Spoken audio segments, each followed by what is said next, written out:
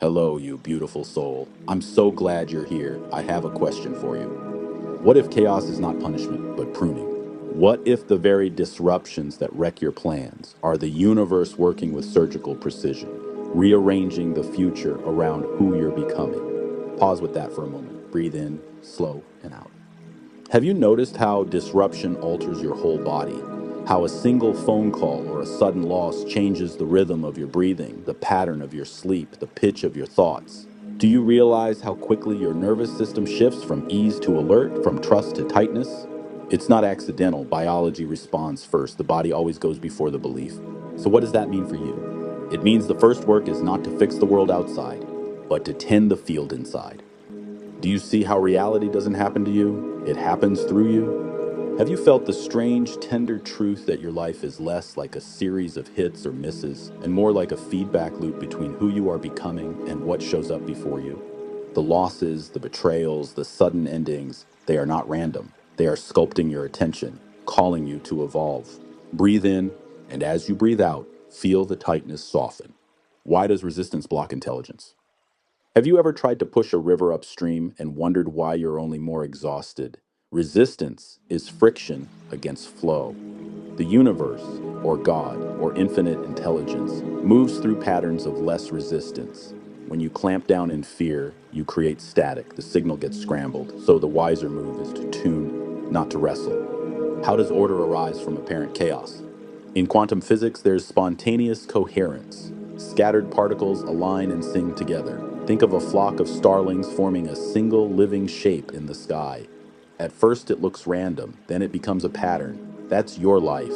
From the outside, it looks random. From the inside, intelligence is assembling the next version of you using the raw materials at hand. Take a breath. Notice the field inside your chest. Do you feel that small, steady signal? That is the place to start. Pause and ask yourself, what is my mission? Have you felt a pressure in life that seems disproportionate, like the storms are louder for you than for others? You're not cursed. Often the weight of transformation is proportional to the magnitude of the work. If your life is a hinge point for others, then the heat will be greater. This is not cruel. This is the refinement for a higher frequency. Breathe in and know this is not punishment, it is training. Can you consider that consciousness is a broadcasting system?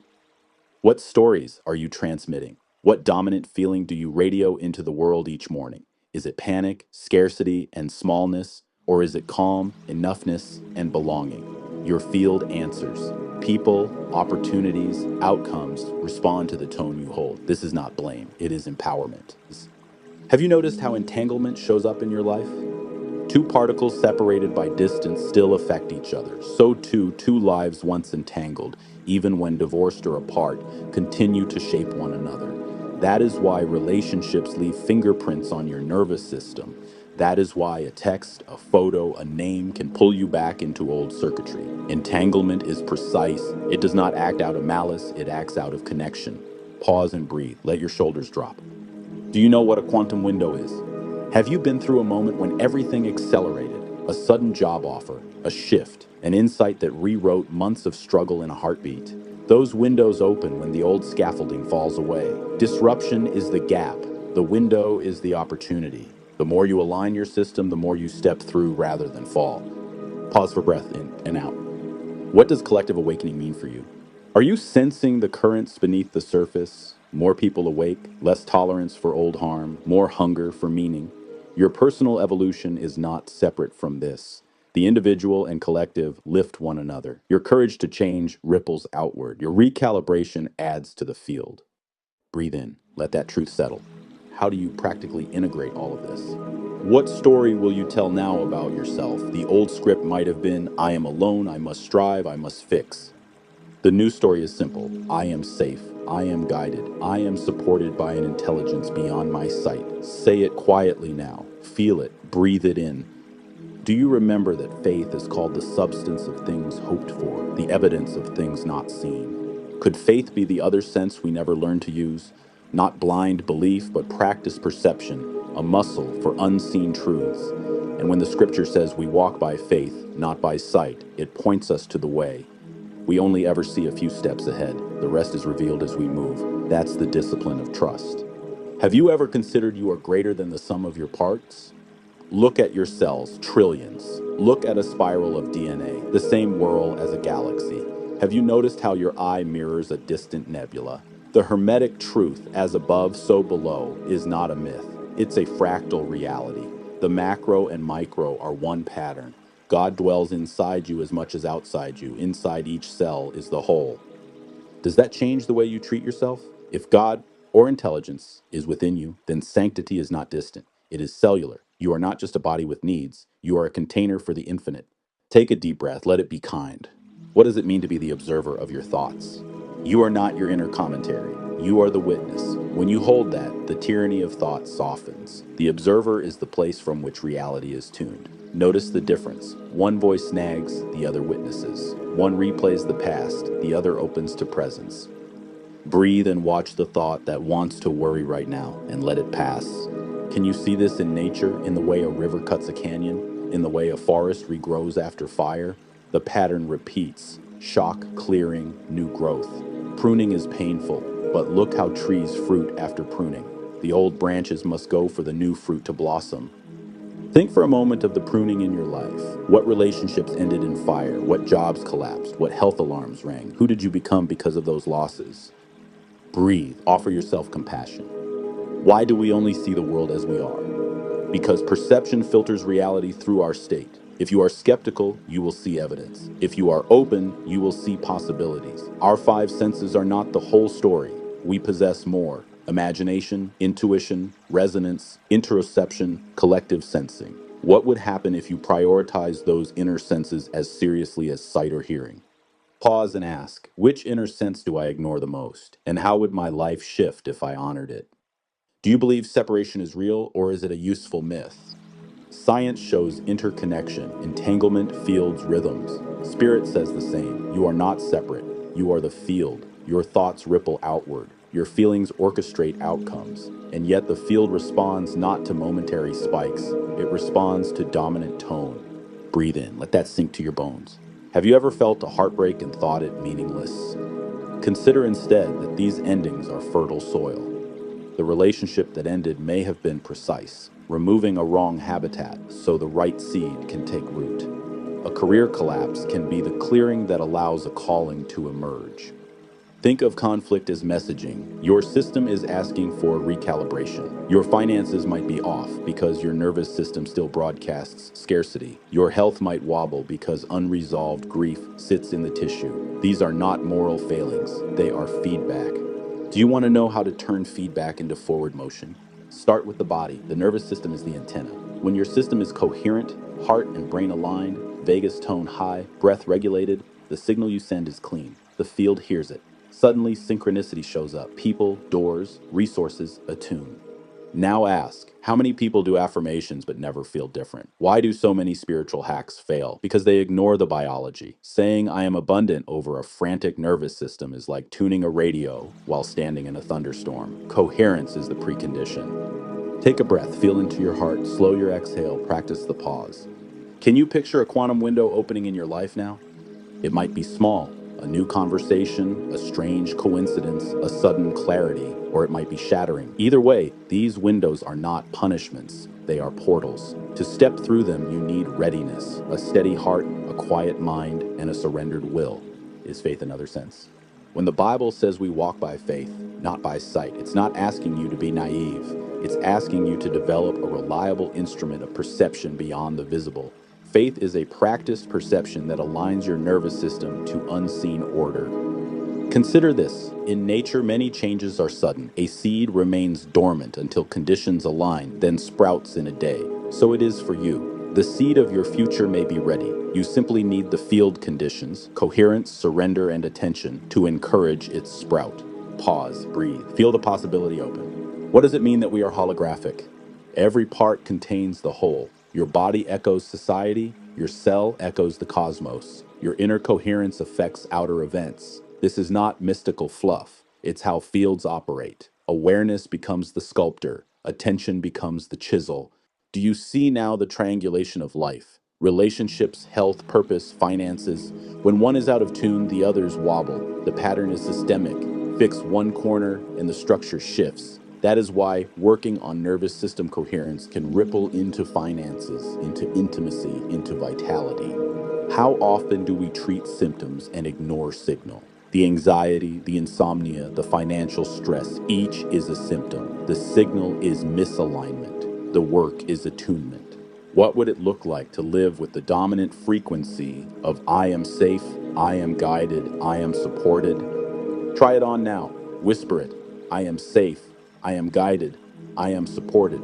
Feel your skin loosen. Notice the breath lengthen. This is not magical thinking. It is neurophysiology. Your brain reads the field differently when you carry that tone. Now, a practical truth. Most people want transformation, but few welcome the dismantling. You want the brand new life, but you also cling to the familiar pain. The universe is very literal. To make room for the new, the old must rearrange. Can you surrender to that rearrangement? Can you let go of the script that safety equals control? Breathe. Let the release feel like a muscle unclenching. Are you willing to practice receiving?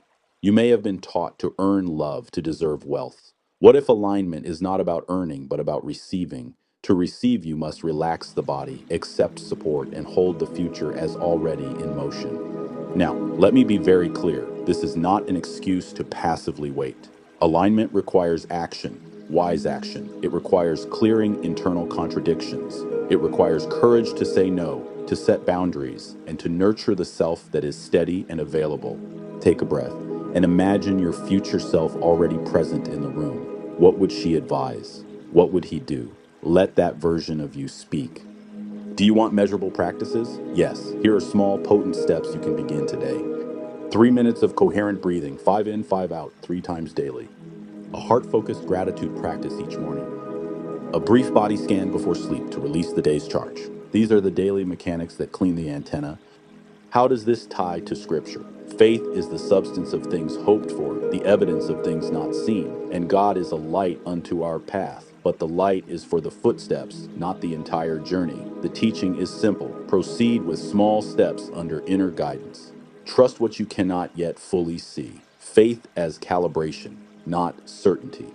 You might ask, is it possible to experience a quantum leap in the middle of a messy life? Absolutely. Quantum leaps are available when the internal conditions line up. Coherent heart, regulated nervous system, intention anchored in feeling, and surrender to intelligence beyond self.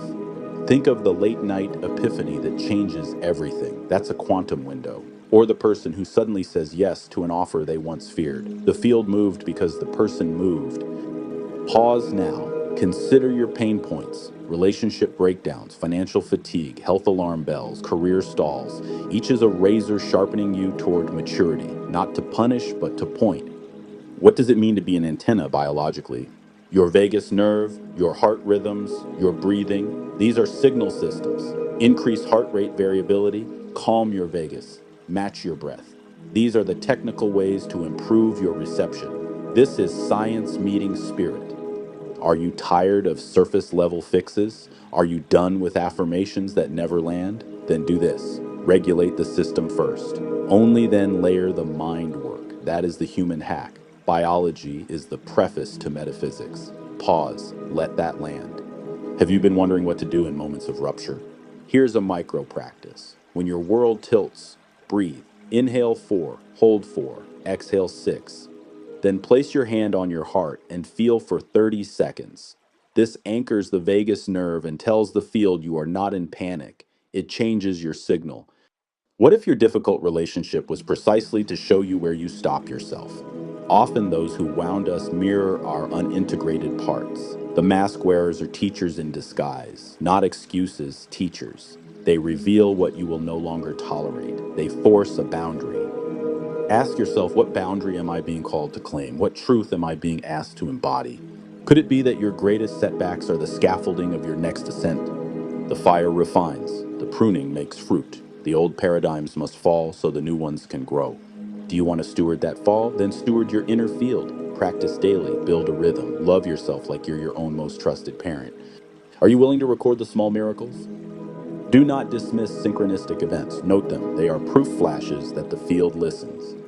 And if you feel called, if this message resonates, then do more than listen. Act. Click the link below to begin a guided coherence practice that helps you entrain your nervous system to receive. It is practical, it is gentle, it is science-based, and it will help you open more windows. What would your life look like if you moved through days with the dominant frequency of trust? How different would your relationships be? How would your finances show up? How would your body feel?